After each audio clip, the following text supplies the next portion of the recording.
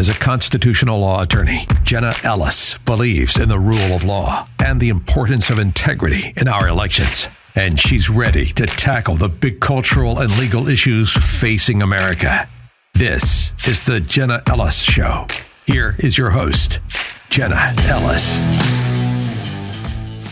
Hello, friends, and welcome to another episode of the Jenna Ellis Show. I'm Jenna Ellis, and it is Tuesday, January 16th, meaning that we now know the results of the Iowa caucus. So a lot to break down right after this. Throughout history, there are clear moments that define our nation's path, and now you can own a piece of that history. I'm thrilled to announce the official Newt Gingrich contract with America coin from our friends at Legacy Precious Metals in partnership with Speaker Gingrich. This limited edition 1 ounce 99.99% silver coin commemorates the historic victory in 1994 when the Republican Party, under Speaker Gingrich's guidance, took control of Congress. The Newt Gingrich contract with America coin also symbolizes the transformative political platform that led to the landmark achievements like the overhaul of the U.S. welfare system and the Balanced Budget Act. This is a limited edition coin that will sell out. So whether you're looking for the perfect gift or you want to own a piece of history, act fast before they run out. The Newt Gingrich contract with America coin is more than an investment. It's a tribute to honest government and America.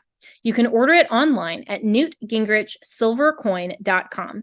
That's newtgingrichsilvercoin.com and use promo code Jenna, that's Jenna, to get $10 off your purchase. Go to newtgingrichsilvercoin.com now.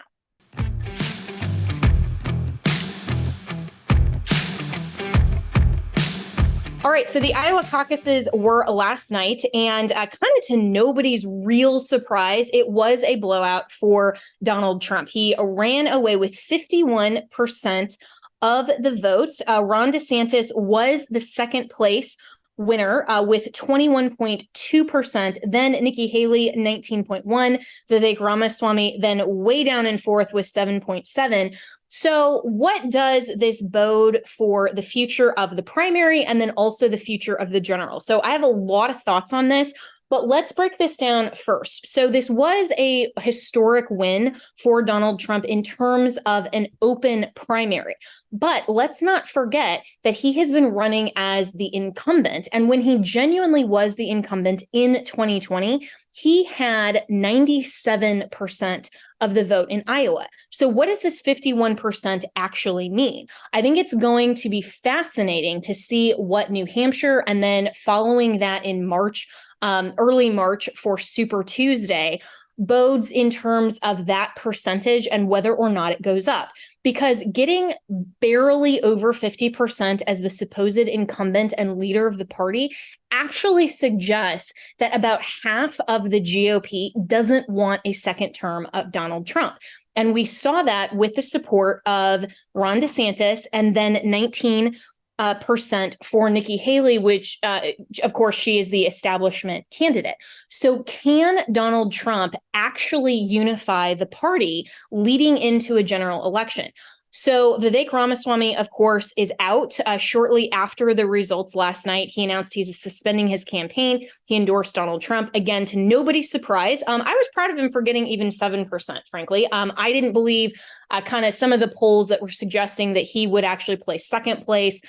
Some of the rhetoric, I don't think there were any actual credible polls that even said that. But you guys who listen to me frequently know that I don't trust polls anyway.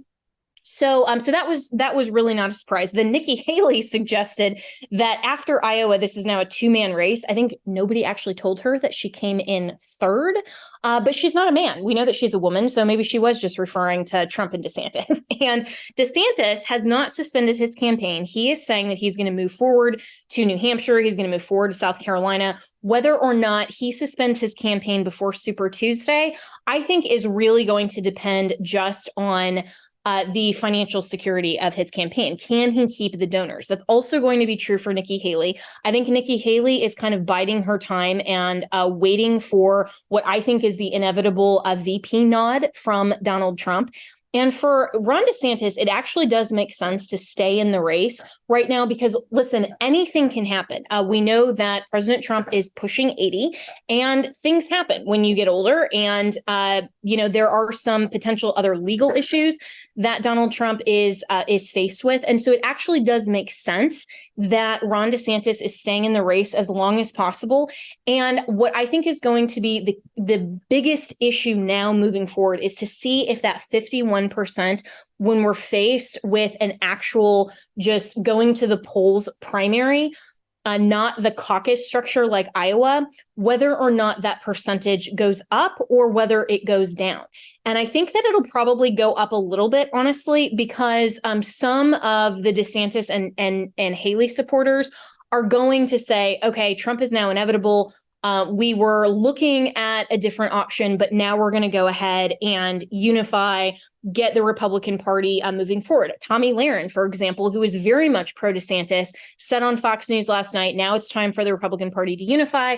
There are going to be some conservatives and frankly, establishment Republicans that are going to suggest that we need to unify and the Republican Party needs to just coalesce around our leader. But interestingly, I think that there's going to be some establishment Republicans that are still, to this day, even since 2016, never Trumpers. And they would rather see Donald Trump fail. They would rather see a Democrat in office than to see the MAGA America First movement actually win. So like we saw in the last midterms, like we've seen in some of the last elections that are some of the off-cycle years, we've seen people like Mitch McConnell, Karl Rove, and others that I would characterize certainly as establishment Republicans that are going to throw their weight and their considerable dollars behind attacking America First candidates, specifically the head of the America First movement, Donald Trump. And I think there's going to be a lot of people, the Paul Ryans of the world,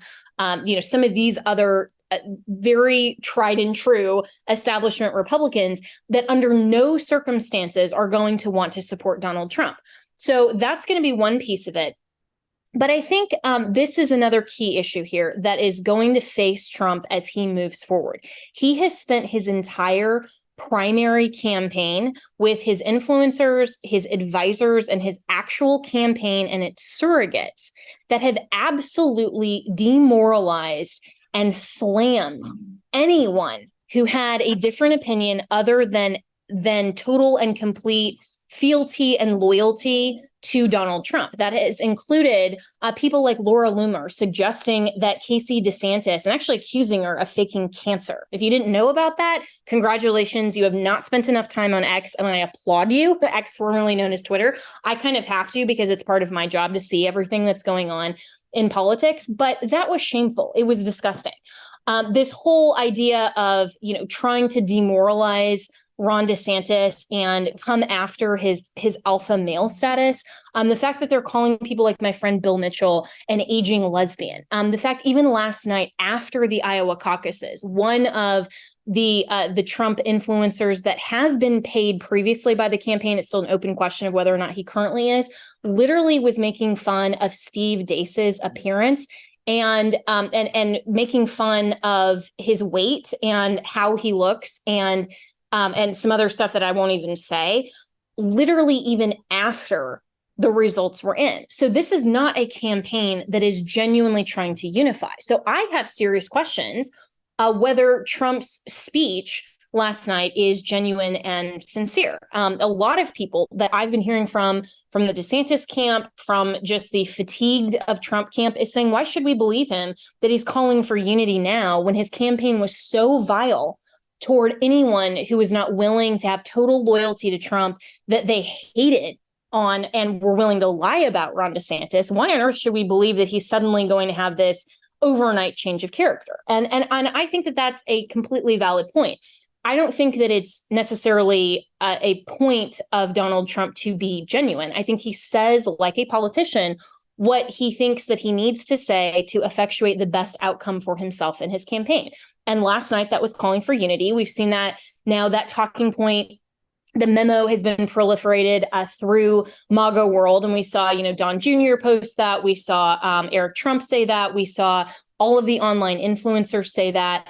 that have, even relatively high status in terms of a Trump world, or at least the way to online world.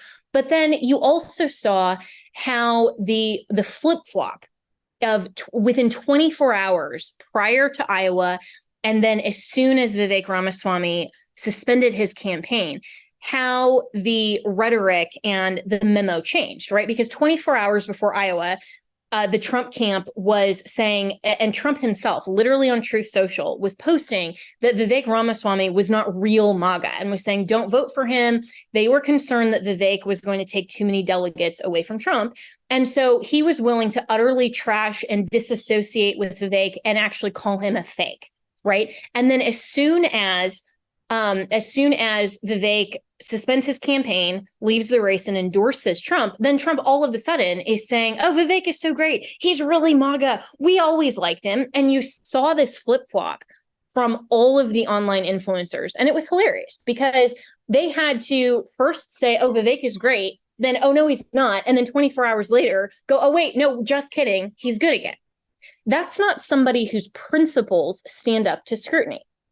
And this is why a lot of genuine conservatives, and I think the majority of the GOP base that is reflected in this 49% that did not vote for Donald Trump, is looking for a sincere alternative. So enter potential third-party candidate. Now, we've already been down this road because I'm old enough to remember 2016.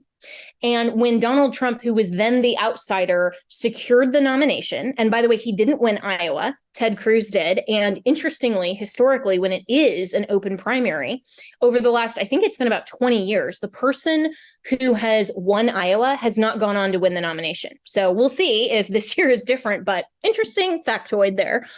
But in 2016, when Donald Trump did secure the nomination, and there was enough of a never Trump sentiment among the Republican base and certainly the evangelicals, I was one who was advocating for Trump and saying, no, we need to get him into office.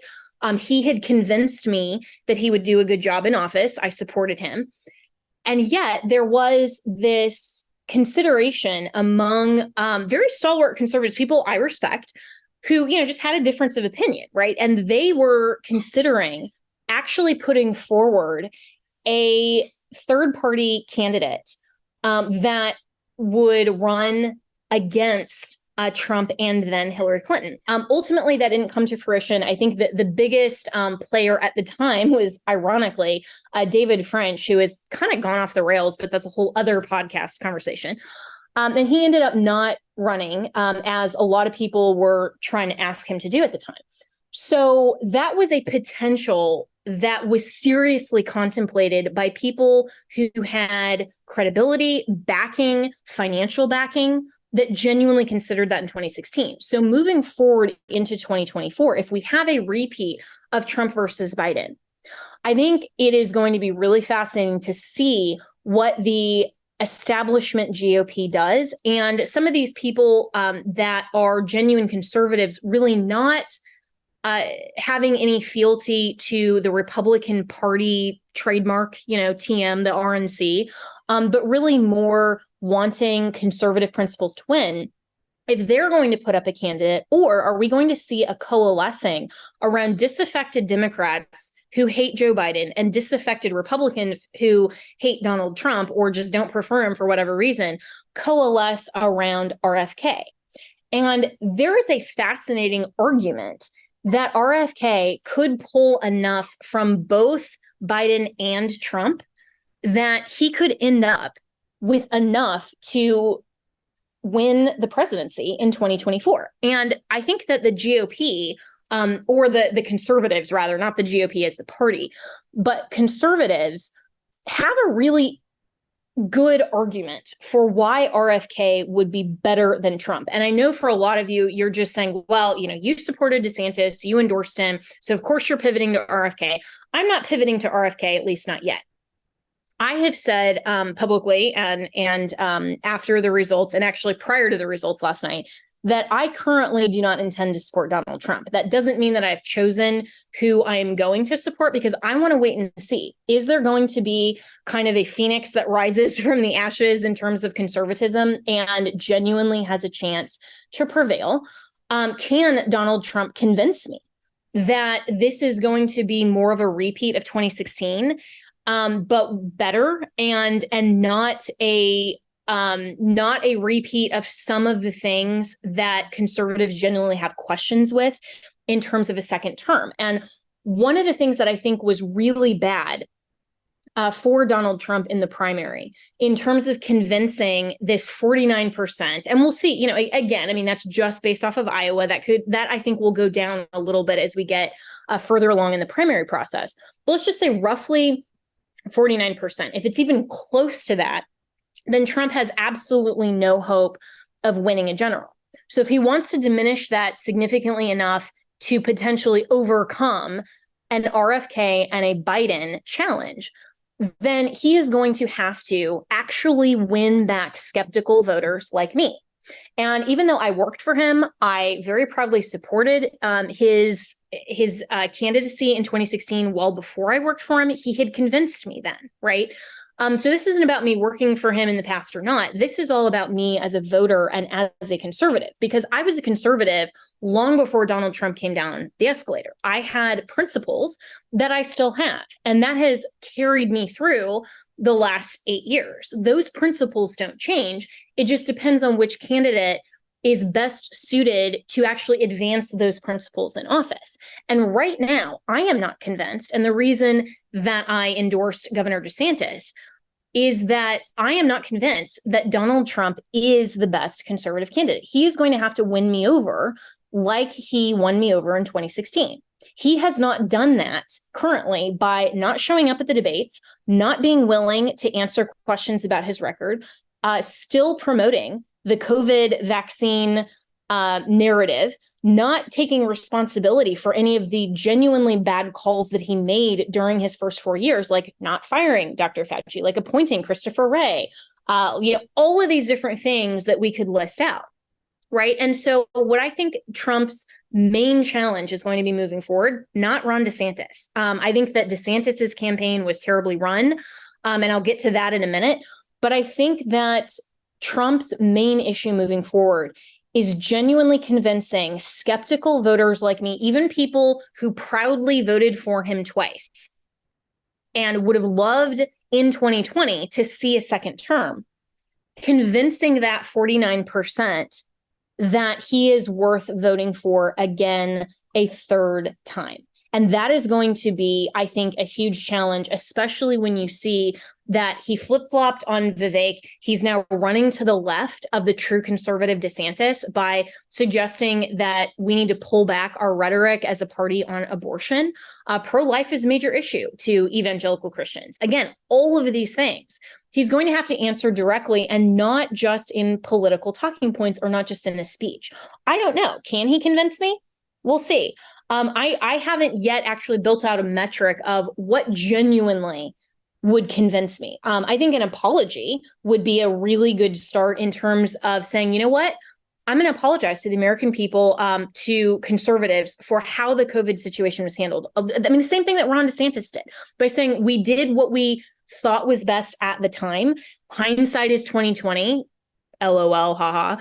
But we need to move forward and we need to learn from that. Like, show a little bit of humility. That I think would go a long way. So that I think is going to be his biggest challenge. I did say that I would get to Ron DeSantis and his campaign.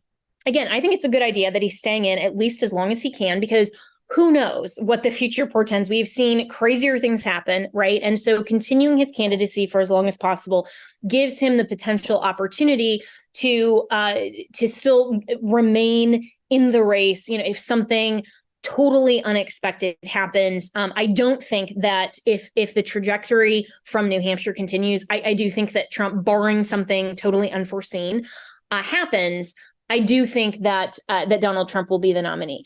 But for Ron DeSantis, here's the problem. And here's the same thing that I've been saying since the day that he launched his campaign. He failed to tap into the primary guttural fear of genuine conservatives, which is the weaponization of government and the progressive proliferation of institutions, the tearing down of parental rights, of meaningful justice, of targeting conservatives. Trump is literally the face of targeting conservatives.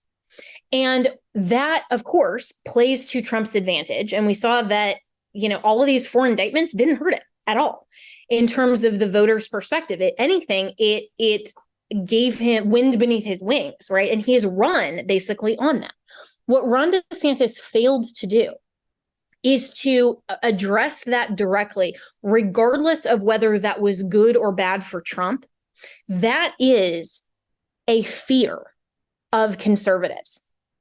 And that is something that he failed to address. The moment that he announced, which, looking back on his announcement with Elon Musk and the whole, X, formerly known as Twitter, kind of disaster that was the launch, which, okay, he tried it, whatever.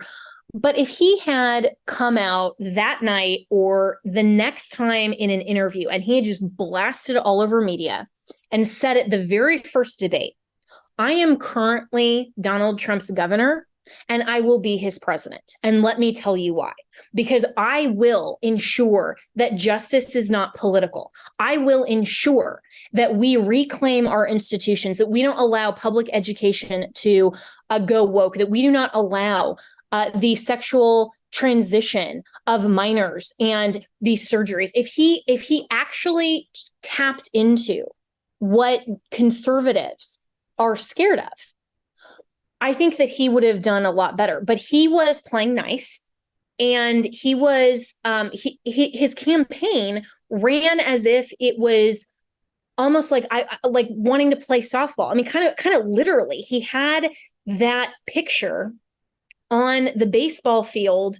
I think that was in Iowa, actually. I mean, I could be wrong on that, but I think it was in Iowa, where he's playing baseball with his son, cute father-son moment. But to me, what that said, when you contrasted that with Trump's mugshot, literally, was you have somebody who is staring government in the face and staring them down. And then you have the softball playing guy that kind of just wants to ignore all of that and pretend that his campaign is still running in the 1980s, like the Reagan-esque, picture of an America that is long gone. That was a problem. And that was something that the DeSantis campaign was never able to overcome. He never was able to overcome the Trump campaign's caricaturizing him and making him literally a caricature and questioning his manhood, his masculinity, his alpha male status, his warrior status, all of these things that he's accomplished.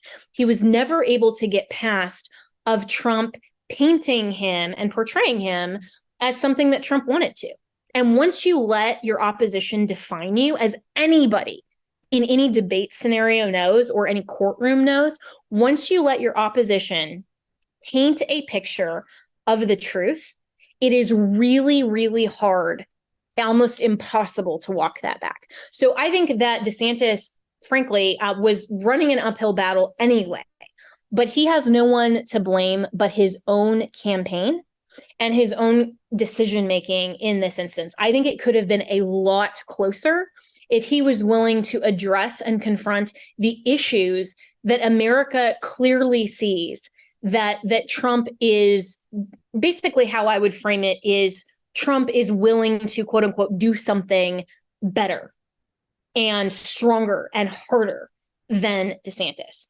So that's basically my breakdown of Iowa. Again, it's going to be really fascinating to see what happens come New Hampshire, moving into South Carolina, and then into Super Tuesday. Donald Trump still has a lot of work to do, and Ron DeSantis, we'll see how long he hangs on. For my part, all of you know who listen to me know that I am a values-based and principled-based conservative. That does not change regardless of who I support in any individual campaign. And who wins or who loses. I don't regret for a moment endorsing Governor DeSantis, because I genuinely think that he is the best candidate in 2024. Moving forward, we'll see, who rises as the best candidate if Governor DeSantis is out of the race and if Donald Trump does indeed secure the nomination. Whether Trump can convince me and who else may step up as an independent or a third party contender and what RFK says to all of this, who he selects as his VP running mate. That's something that I haven't signed on to, but I haven't excluded as potentially overall in scope the best conservative alternative. Now, people will say, well, Jenna, what about abortion? And, he is pro-choice. Well, he's not. He's basically as pro-choice right now as Donald Trump. So that's kind of a wash in my mind. And additionally to that, abortion right now and for the next 4 years is not actually going to be a federal question. This is going to be a state question. Congress is not going to, I don't care who's in the majority, even if it's Democrats, we may get pro-choice legislation that a Democrat would sign. But I really doubt that that's going to pass. And if we get Republicans, they're not going to do anything about it. And this is going to be a state issue. And Todd and Copper in the background now, my two dogs, are telling me that the time has ended and that I have said everything that I need to say on this. And they are continuing to be the best little dogs ever. And, this just reminds me of what I said on Twitter today, that, and let me pull this up really quick here. This is my pinned tweet. Bear with me one moment. I said, for those discouraged about the state of the supposedly conservative party, remember that our true hope is not with any politician, but with the Lord. Today, like every other day, pray for our nation, pray for our leaders, but focus on what actually matters, fulfilling the Great Commission. Politics is not the end goal unto itself, but only to ensure and preserve freedom and liberty. Whoever ends up in the White House or the congressional majority won't change the fights that need fighting. Religious freedom, pro-life, free speech, freedom of association, reclaiming or rebuilding institutions, justice, parental rights, and so many more. I will continue to support Ron DeSantis, and I don't regret for a second endorsing him, as I believe he's the best candidate for 2024. I genuinely believe that he is. I don't regret leaving the Republican Party or the MAGA circus. Neither reflect my values anymore as a Christian and as an American. But regardless of the win or the loss of my preferred candidate in one primary or one race, like every other one before this, I'll continue to focus on the issues that matter and advocating for truth as I did long before Trump ever came down that escalator, and as I will long after my time working for him. So my encouragement, dear listener, is simply this. Keep focused on what matters, the truth of the gospel of Christ, and keep fighting the good fight. Isaiah 48 says, the grass withers and the flowers fade, but the word of our God stands forever. So focus on the things that we can control, because remember, politics is just an end goal to protect the things that matter, which include our family, it includes our churches, and yes, it even includes my ability to have my little dogs, right? And if you want to follow them, they are two dudes, DOODS_ Copper and Todd on Instagram. Very cute, very not political whatsoever. So if you, like me, sometimes need a break from politics, then you can go and follow the cute little golden doodles. All right, well, that was another episode of the Jenna Ellis Show, and I will see you tomorrow.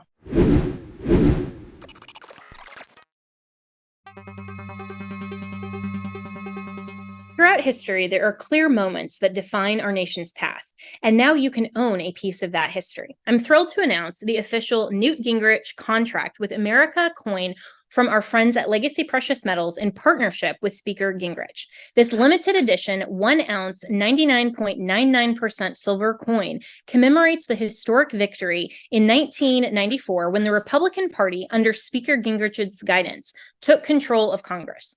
The Newt Gingrich contract with America coin also symbolizes the transformative political platform that led to the landmark achievements like the overhaul of the U.S. welfare system and the Balanced Budget Act. This is a limited edition coin that will sell out. So whether you're looking for the perfect gift or you want to own a piece of history, act fast before they run out.